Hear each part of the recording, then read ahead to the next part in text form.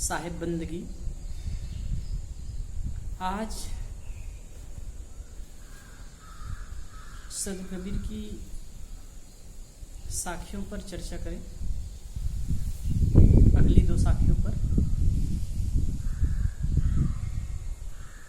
शब्दे मारा गिड़ परा, शब्दे छोड़ा राज, जिन जिन शब्द विवेकिया, तिनका सरिगव काज। शब्द हमारा आदि का,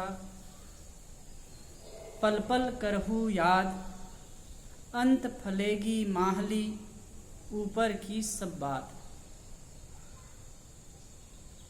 शब्दे मारा गिर पड़ा, शब्द की मार से, चोटदार शब्द की मार से, वासनात्मक शब्द की मार से,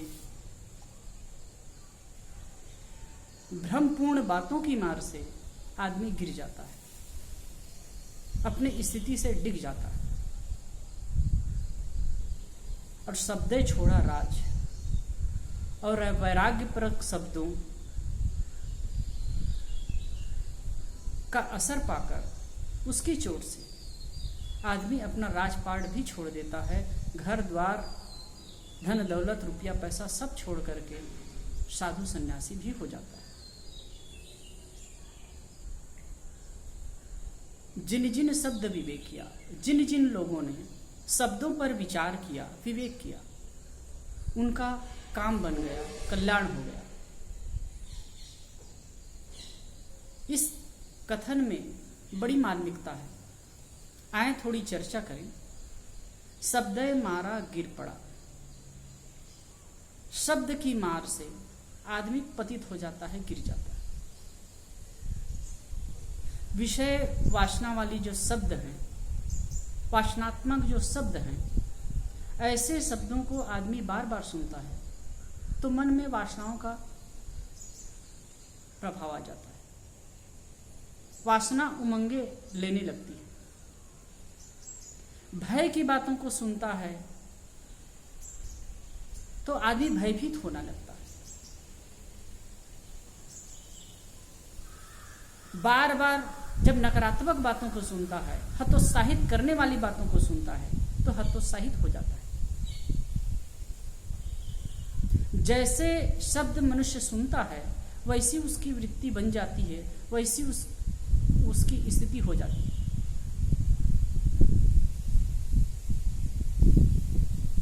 बार बार जब टार्चल वाली बात सुनता है तब भी आदमी हताश हो जाता है।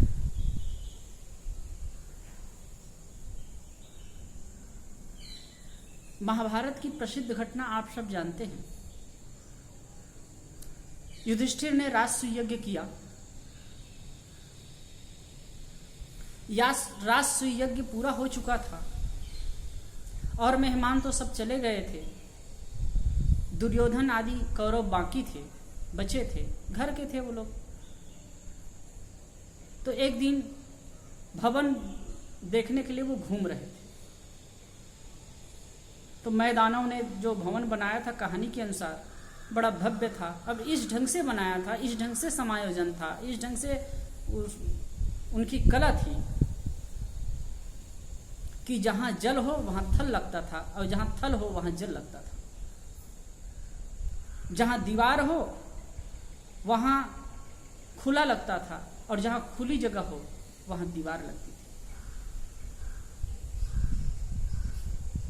दुर्योधन जब जाने लगा तो पानी देख करके अपना वस्त्र, अपनी धोती समेटने लगा,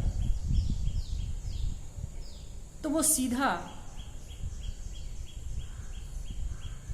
जमीन थी। वो डर करके चल रहा था लेकिन वो तो जमीन थी। फिर दूसरे तरफ जाता है तो वहां तो एकदम जमीन जैसे लग रहा था और वहां गया तो सीधा पानी में गिर गया। एक जगह गया जहां पर दीवार थी, वहां सीधा घुस जान रहा था तो टकरा गया, और जहां खुला दिख रहा था वहां पर गया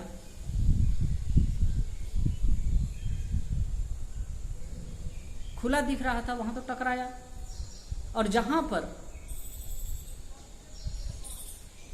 दीवार जैसे लग रहा था वहां गया तो टटोलने लगा।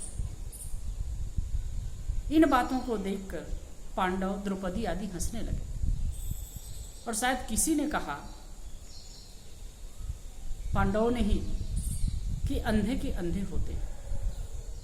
वैसे तो द्रौपदी के लिए बात आती है कि द्रौपदी ने कहा कि अंधे के अंधे होते, और बात आती है सारे पांडवों ने ही कहा। चाहे जिसने कहा, ये चोट लगी दुर्योधन को, अभी गहरी चोट लगी। भले ही कुछ मनमुटाव इन लोगों के मन में था, लेकिन बढ़िया से अपने अपने राज्य में रहे और बढ़िया अपना काम कर रहे थे, और मेल मिलाप भी हो गया था। इसीलिए तो दुर्योधन आदि उनके राष्ट्रीय यज्ञ में आए थे, उनका सहयोग भी कर रहे थे, सेवा कर रहे थे। लेकिन एक शब्द की चोट, अंधे के अंधे होते, एक तरह से देखें तो पूरा महाभारत करा दिया। उसी चोट से वो तड़फ उठा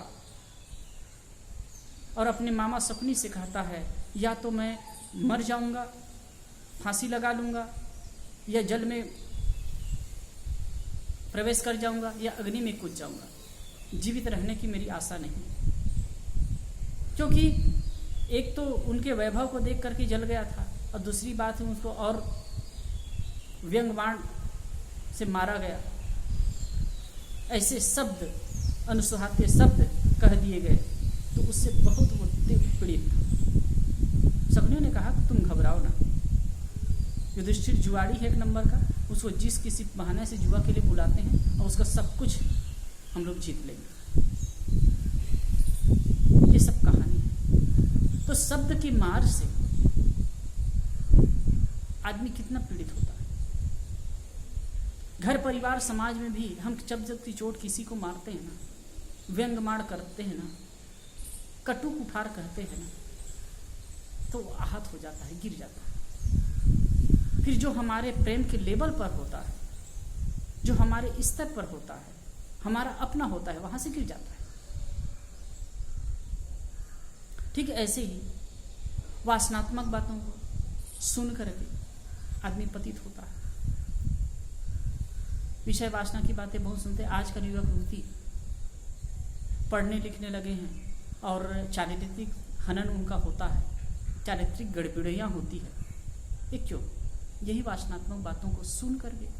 आजकल तो मोबाइल वगैरह का ज़माना है, मोबाइल से वैसी बातों को सुनते हैं, वैसे पिक्चर देखते हैं, वैसे दृश्य देखते हैं, वैसी बातों को सुनते हैं, और आपस में लड़के लड़कियां भी इस प्रकार की बातें करते हैं, और उनका मन आंदोलित होने लगता है, और फिर चारित्रिक गड़बड़ियां शुरू हो जाती हैं।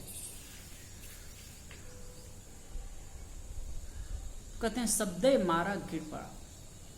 शब्द की चोट से आदमी अपने पद से गिर जाता है। शब्दे छोड़ा राज। और शब्द की मार ऐसी होती है कि आदमी सब कुछ को छोड़ देता है, संन्यास धारण कर लेता है, घर बार छोड़कर, राजपाट छोड़कर निकल जाता है। गोस्वामी जी के बारे में बहुत प्रसिद्ध बात है, वो अपनी पत्नी को बहुत ज्यादा प्रेम करते थे, बहुत ज्यादा चाहते थे, रत्नावली।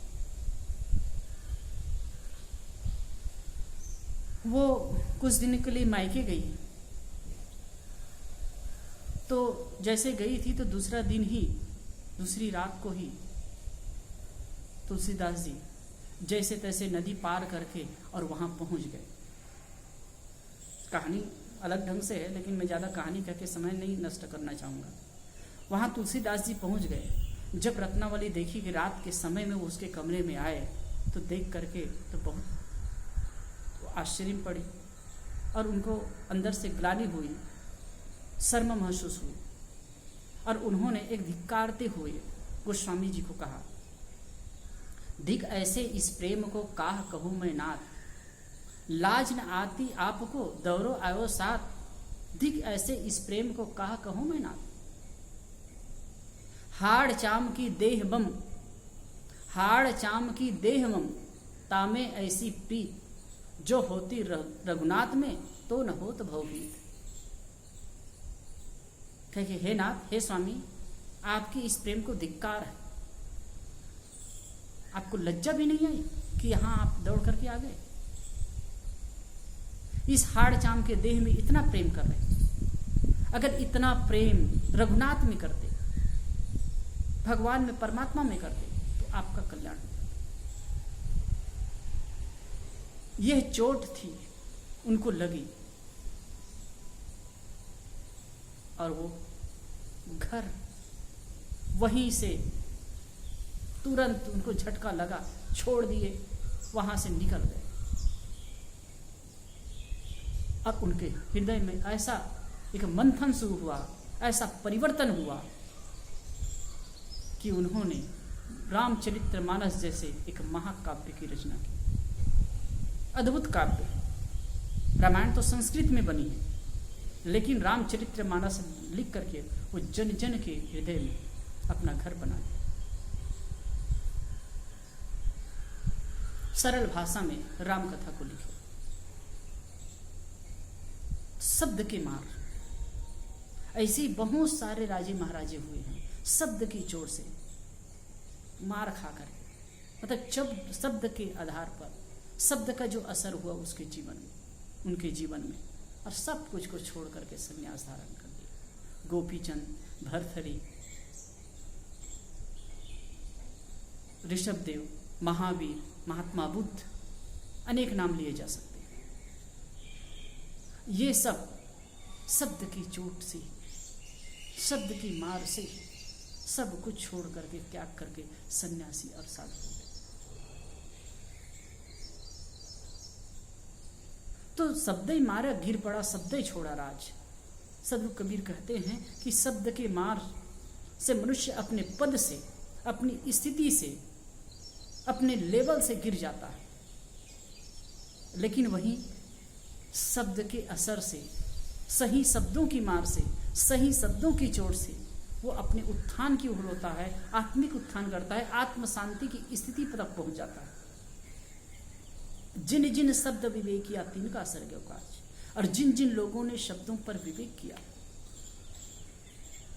सही और गलत का निर्णय किया, उचित और अनुचित को समझा, शब्दों का एनालिसिस किया, कौन रोचक शब्द है, कौन भयानक शब्द है, कौन यथार्थ शब्द है, तिनका असर गयो काज, उनका काम बन गया, उन्होंने अपना कल्याण कर लिया।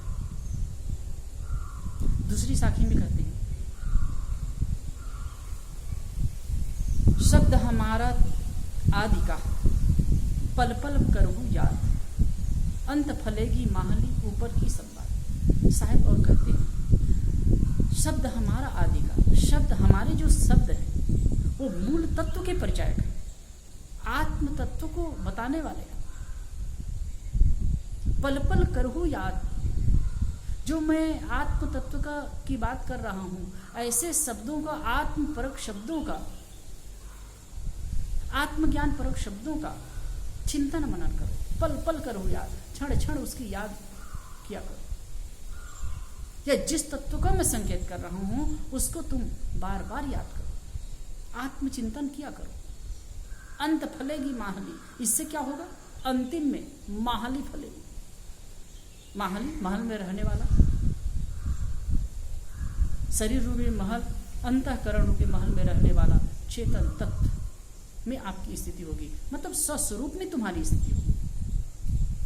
ऊपर की सब बात और जो बाहर की जो माया है, बाहर का जो पसारा है, वो तो व्यर्थ है, छूटने वाला है। ये 4 दिन का रौनक है, 4 दिन की चमक है, और उसके बाद तो सब कुछ ये अनंत अनंत काल के लिए हमारे लिए समाप्त हो जाएगा। ये जगत अपने आप में रहेगा, लेकिन हमारे लिए नहीं रहेगा, हमारे लिए समाप्त हो जाएगा। इस तथ्य को हमको समझना है।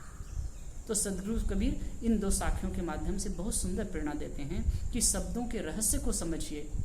गलत शब्द, विषयात्मक शब्द, व्यंग्य के शब्द भ्रम के शब्द, ऐसे शब्द से मनुष्य अपने पद से गिर जाता है, तो वही ज्ञान परक शब्दों से, वैराग परक शब्दों से ऊपर उठता है, आत्म शांति की स्थिति में आ जाता है, घर पार छोड़ करके भी सन्यासी, साधु सन्यासी होकर के अपना कल्याण कर लेता है। तो वहीं शब्द विवेक करने की आवश्यकता है। शब्द विवेक के माध्यम से हमारी ऊंचाई हो सकती है, हम महानता को प्राप्त कर सकते हैं, और शब्द के माध्यम से ही स्वरूप ज्ञान की बातें होती है। ऐसी बातों को चिंतन करना चाहिए और उसको जीवन में अनुकरण करना चाहिए। ऐसे करने से हम आत्म स्थिति प्राप्त कर सकते हैं, और ये माया का पसारा है जो छूटने वाला है, इससे हम को जो द्वंद्व होता है वो द्वंद्व नहीं होगा, हम आत्म शांति में सदा निमग्न रह सकते हैं। आप सबको धन्यवाद। साहेब बंदगी।